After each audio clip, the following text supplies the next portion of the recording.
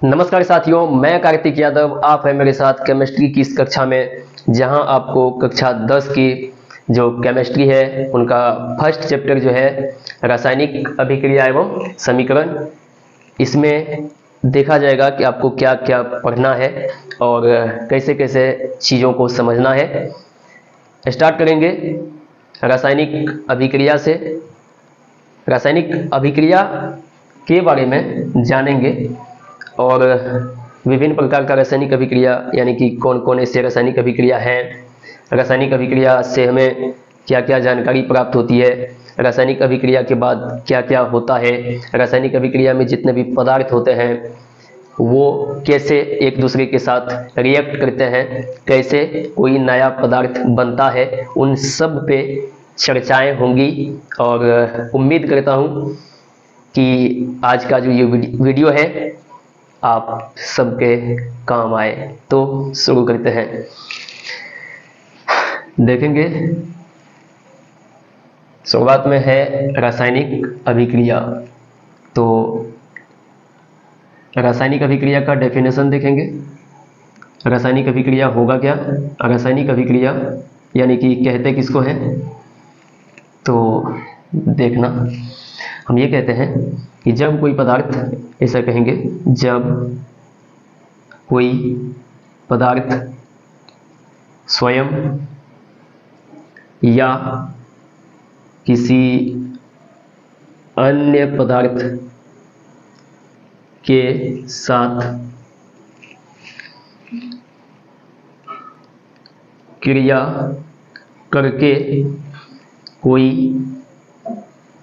नए गुणों के पदार्थ का निर्माण करता है,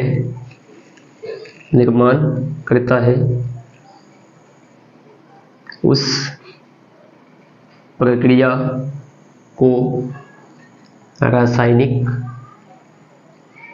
अभिक्रिया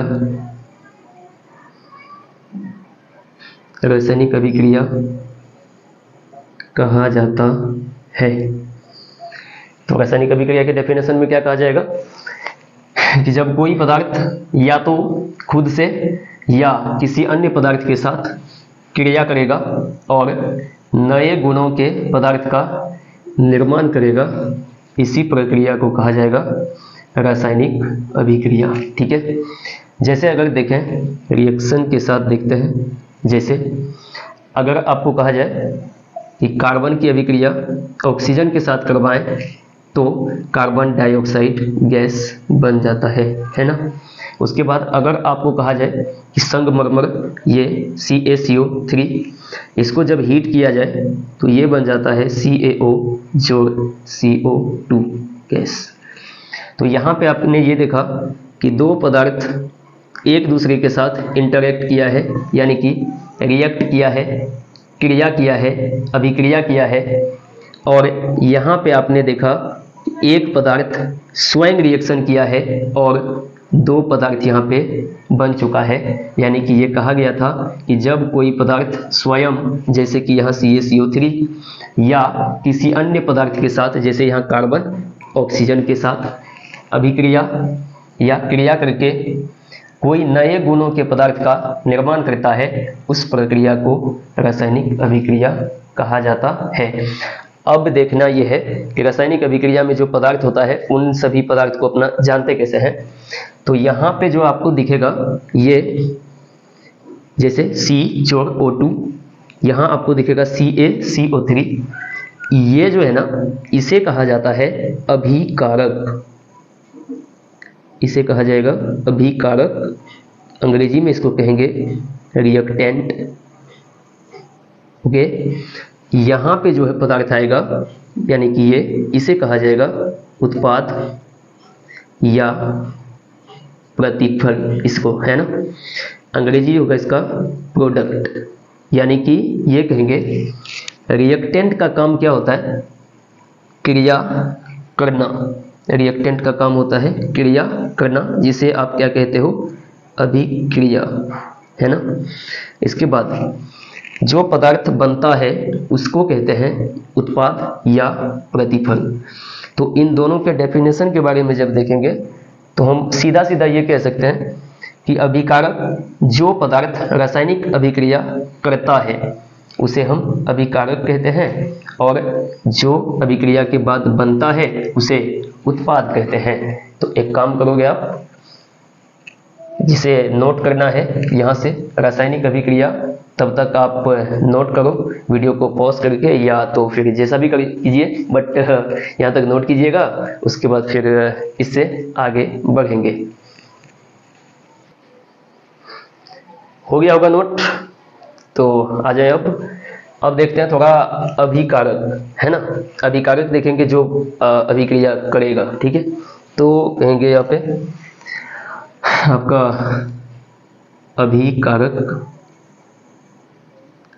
अभिकारक अंग्रेजी में इसका नाम होता है रिएक्टेंट। अच्छा, इसको दूसरा नाम से भी जान सकते अपना, है ना, इसको या प्रतिकारक, क्योंकि ये प्रतिक्रिया कहें या अभिक्रिया कहें, ये दोनों क्या है, सेम चीज है ना। तो इसका डेफिनेशन की अगर बात करें, डेफिनेशन दे देंगे, जो पदार्थ रासायनिक अभिक्रिया करता है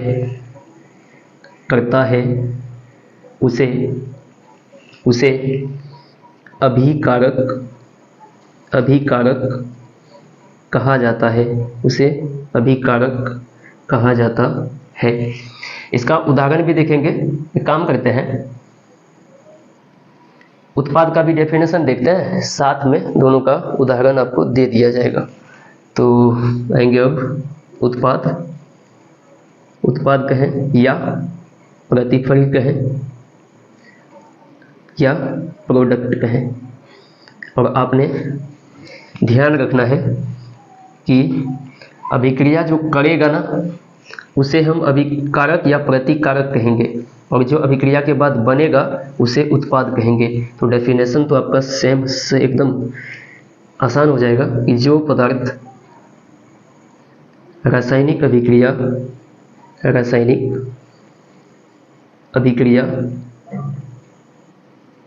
के बाद बनता है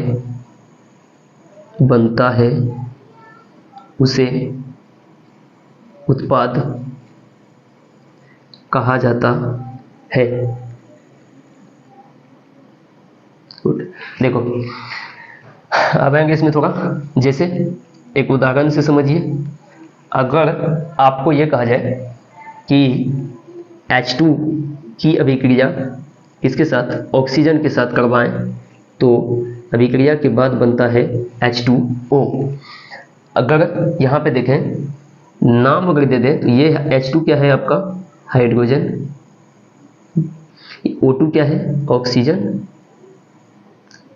H2O क्या है, वाटर, है ना।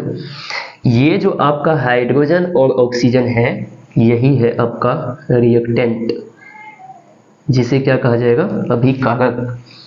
ये जो आपका H2O है, ये है आपका प्रोडक्ट, इसी को कहा जाएगा उत्पाद। तो उम्मीद है ये थोड़ा अच्छे से आपको समझ आया होगा। तब तक आप इसे नोट कीजिएगा। तब इसके बाद का जो टॉपिक आएगा वो आएगा आपका कि ये रासायनिक अभिक्रिया की विशेषताएं क्या सब है। रासायनिक अभिक्रिया तो पढ़ चुके हैं। रासायनिक अभिक्रिया में दो पदार्थ पाया जाएगा, एक का नाम होगा अभिकारक, दूसरा का नाम होगा उत्पाद। ये तो अच्छे से आपने समझा होगा। तो यहाँ तक नोट कीजिए, तब तक आगे बढ़ेंगे।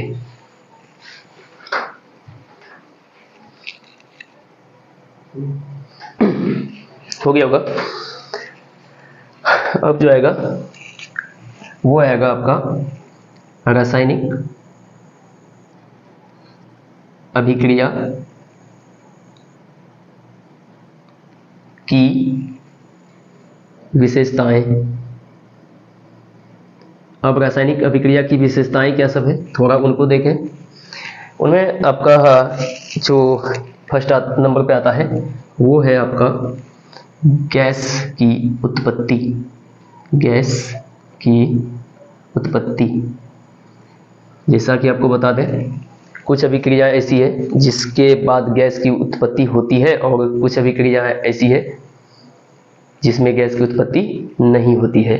तो हम यहाँ पे ये देखेंगे कि गैस की उत्पत्ति, कोई अभिक्रिया ऐसा है जिसके बाद गैस की उत्पत्ति होती है, तो हम ये कहेंगे कि कुछ अभिक्रियाएं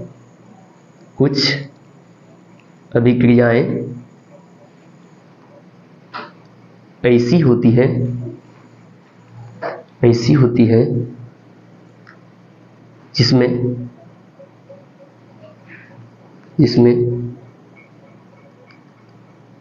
अभिक्रिया के बाद गैस उत्पन्न होती है, गैस उत्पन्न होती है। जैसे देखें, एक रिएक्शन से देखते हैं। रिएक्शन है आपका, रिएक्शन हो जाएगा जैसे Fe आयरन जोड़ H2SO4, दिस रिएक्शन विथ, ये आ जाएगा आपका FeSO4 जोड़ में H2, और ये जो H2 है ना, ये गैस है। तो हम इसका नाम दे दें, सबका नाम दे देते हैं सल्फ्यूरिक एसिड, इसका फेरस सल्फेट, ये आपका हाइड्रोजन गैस। तो यहाँ पे आपने ये देखा कि दो पदार्थ है, एक है आपका आयरन, दूसरा है आपका H2SO4।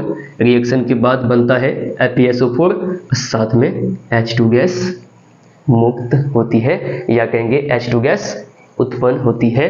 तो एक काम करोगे आप, यहाँ तक नोट करोगे, इसके बाद जो आगे का आएगा फिर वो आएगा आपका अवक्षेप का बनना, देखेंगे इसके बाद। हो गया होगा।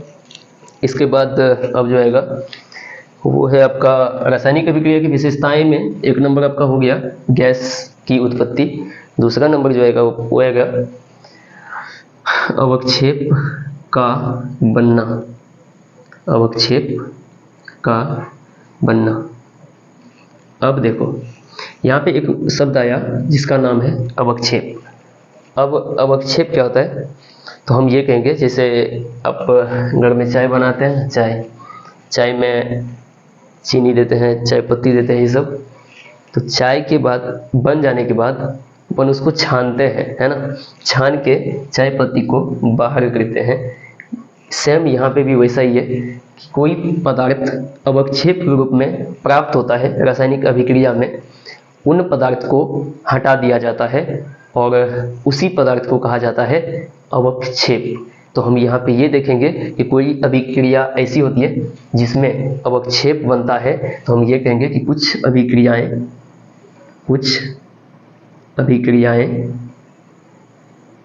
ऐसी होती है जिसमें कोई पदार्थ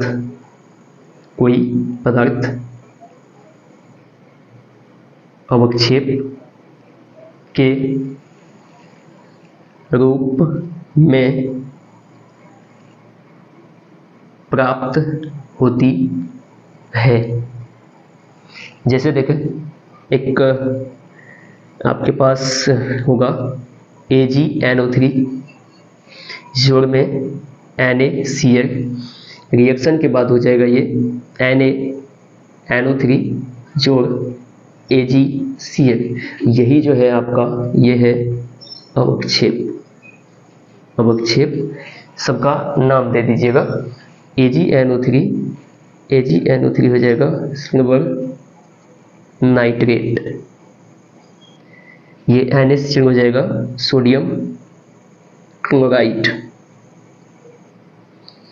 ये आपका हो जाएगा सोडियम नाइट्रेट, ये हो जाएगा आपका सिल्वर क्लोराइड। अब देखो, एक तो ये हो गया कि अवक्षेप बनेगा, यानी कि कुछ ऐसी अभिक्रिया होंगी जिसमें कोई पदार्थ किस रूप में आ जाएगा, अवक्षेप के रूप में प्राप्त होती है। आपने रिएक्शन देखा। अब इसके बाद जो आएगा वो आएगा ताप में परिवर्तन, यानी कि हम ये कहेंगे कि कुछ अभिक्रिया ऐसी भी है जहाँ पे ताप भी चेंज हो जाता है, या तो ताप बढ़ जाता है या तो ताप घट जाता है, उसको देखेंगे। तो तब तक आप ऐसा कीजिए, इसको नोट कीजिए, और इसके बाद आएंगे 3 नंबर पे तो पढ़ेंगे ताप में परिवर्तन, नोट कीजिएगा। हो गया यहाँ तक। अब आएंगे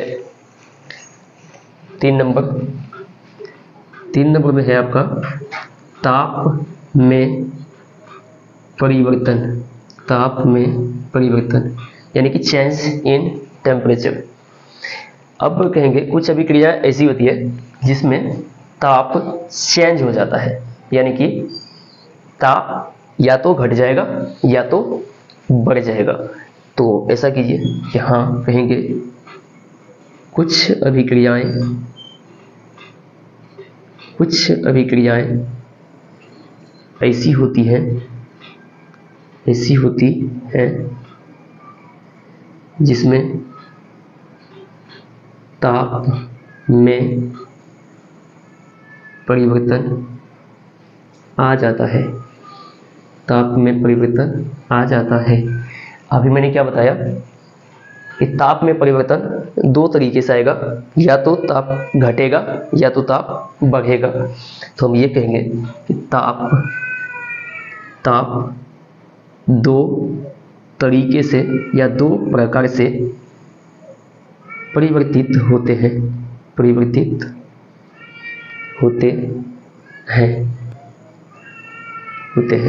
यानी कि एक तो हो जाएगा आपका ताप का बढ़ना, तथा दूसरा हो जाएगा ताप का घटना। अब समझिए, जब ताप बढ़ेगा उसका भी नाम कुछ और होगा अभिक्रिया का, जिसे कहा जाएगा ऊष्माक्षेपी अभिक्रिया, ऊष्माक्षेपी अभिक्रिया।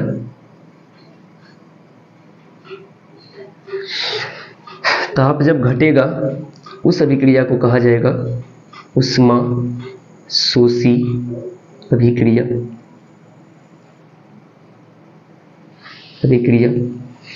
अब ध्यान ये रखना है कि ऊष्माक्षेपी अभिक्रिया का जो इसके बारे में आपको जानकारी चाहिए वो ये है, कहेंगे जिस अभिक्रिया में मिश्रण का ताप बढ़ जाता है उसे ऊष्माक्षेपी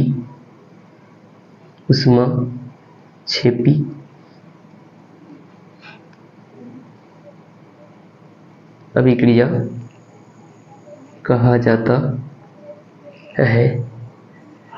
अब इसका एक जैसे देखते हैं, जैसे यहाँ हो गया आपका कार्बन के साथ हो गया ऑक्सीजन का रिएक्शन, बन गया CO2। तो यहाँ पे जो ये अभिक्रिया है इसमें ऊष्मा उत्पन्न होती है, तो साथ में आ जाएगा ऊष्मा।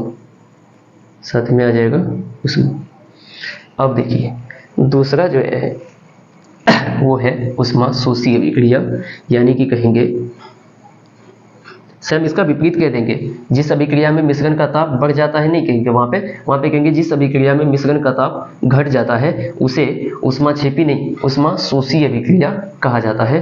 तो कहेंगे जिस अभिक्रिया में मिश्रण का ताप घट जाता है उसे ऊष्माशोषी अभिक्रिया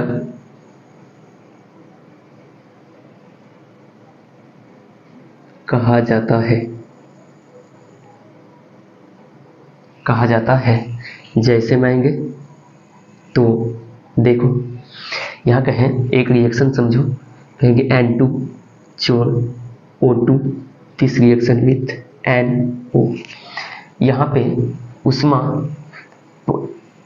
बढ़ता नहीं है, घट जाता है, यानी कि इसमें कहेंगे कि अभिक्रिया कौन सा हो जाएगा, उष्मा शोषी अभिक्रिया। तो आपने ये देखा अभी कि ताप में परिवर्तन, हम ये कहेंगे कि कुछ अभिक्रिया ऐसी होती है जिसमें ताप चेंज हो जाता है ना। ताप जो चेंज होगा ना, दो तरीके से होगा। एक तरीका आपने क्या बताया, ताप का बढ़ना, दूसरा तरीका आपने क्या बताया, ताप का घटना। अब कहेंगे ताप जब बढ़ेगा उसका नाम कुछ और दिया जाएगा जिसे कहेंगे ऊष्माक्षेपी अभिक्रिया। उसके बाद आएगा ताप जब घटेगा उसे कहा जाएगा ऊष्माशोषी अभिक्रिया।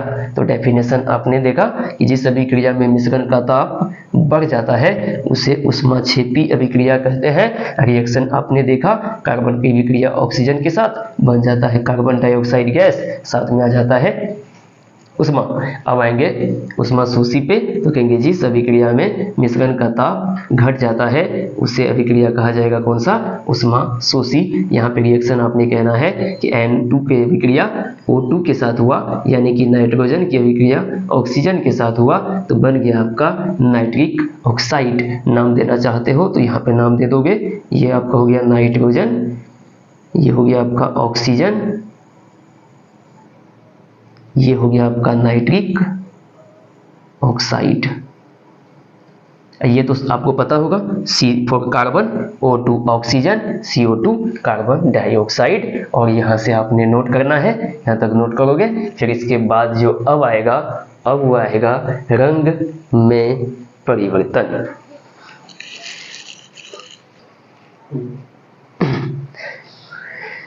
हो गया होगा। अब इसके बाद आएगा आपका रंग में परिवर्तन। ध्यान रखना है, रंग में परिवर्तन। देखो कहेंगे कुछ अभिक्रिया ऐसी है जिस अभिक्रिया में रंग भी चेंज हो जाता है ना। अब ऐसा मत समझोगे कि रंग चेंज होना वो गिरगिट विरगिट का नहीं, ठीक है। अभिक्रिया में अभिक्रिया का रंग चेंज होगा, तो कहेंगे कुछ अभिक्रियाएं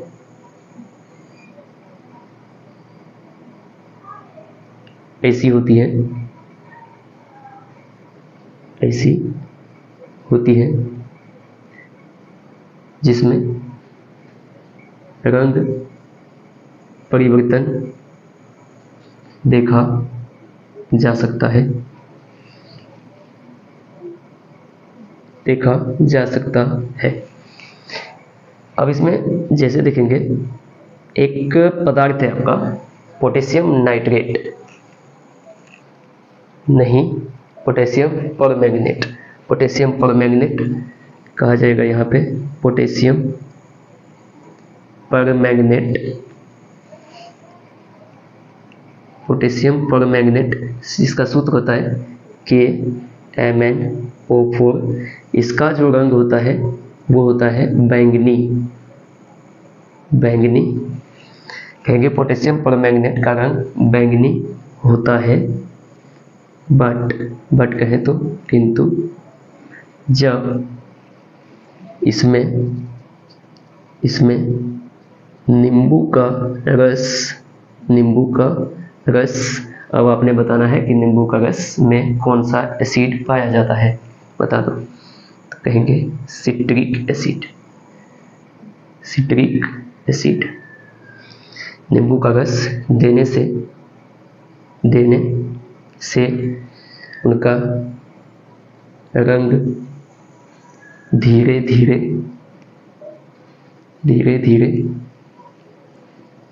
गायब हो जाता है, धीरे धीरे गायब हो जाता है। यहाँ तक आप नोट करो। इसके बाद जो आएगा वो आएगा आपका अवस्था में परिवर्तन। हो गया होगा यहाँ तक। अब आ जाइए जो आपका तो आपने क्या पढ़ा अभी तक? अभी तक आपने पढ़ा गैस की उत्पत्ति, दूसरा आपने पढ़ा अवक्षेप का बनना, तीसरा आपने पढ़ा ताप में परिवर्तन, और चौथा आपने पढ़ा रंग में परिवर्तन। अब जो आपका पांचवा आएगा वो आएगा अवस्था में परिवर्तन। अवस्था में परिवर्तन, तो इसमें क्या कहा जाएगा? कुछ अभिक्रिया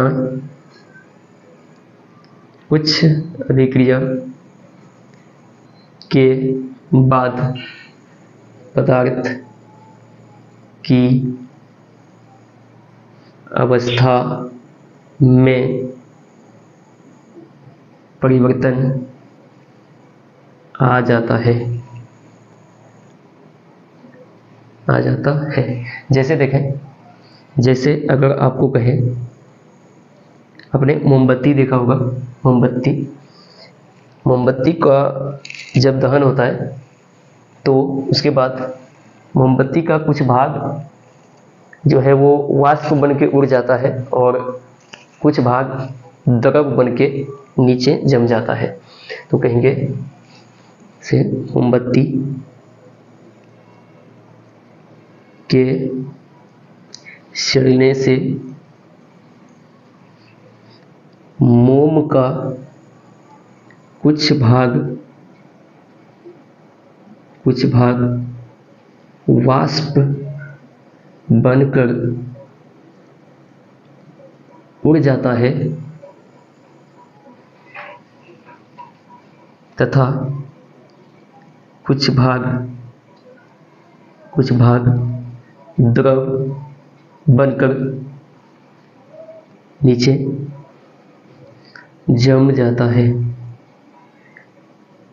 एक बार मोमबत्ती का डायग्राम बना के देखें तो मानो कि यह है आपका मोमबत्ती, ये किसी स्टैंड पे रखा हुआ है ना। इस मोमबत्ती का यहाँ पे आपने बना दिया, कुछ भाग वाष्प बन के उड़ जाएगा, ऐसा है ना। कुछ भाग यहाँ से गिरता हुआ आते जाएगा और नीचे आके जम दे जाता है। तो अपने ये कहना है कि जब अभिक्रिया ऐसा हो जिसमें कुछ पदार्थ वाष्प बन के उड़े, कुछ पदार्थ नीचे आके जमे, इसी को आपको कहा जाएगा कि अवस्था में परिवर्तन। तो आपने आज रासायनिक अभिक्रिया के बारे में पढ़ा, रासायनिक अभिक्रिया की विशेषताएं के बारे में पढ़ा, 5 पॉइंट पढ़े। एक पढ़े वही गैस की उत्पत्ति, दूसरा पढ़े अपने ताप में परिवर्तन, अवक्षेप का बनना, रंग में परिवर्तन, अवस्था में परिवर्तन। बस आज का वीडियो यहीं तक, और इसके बाद जो आएंगे दूसरे वीडियो में शुरुआत करेंगे रासायनिक समीकरण से, तो जुड़ना अवश्य। Thank you.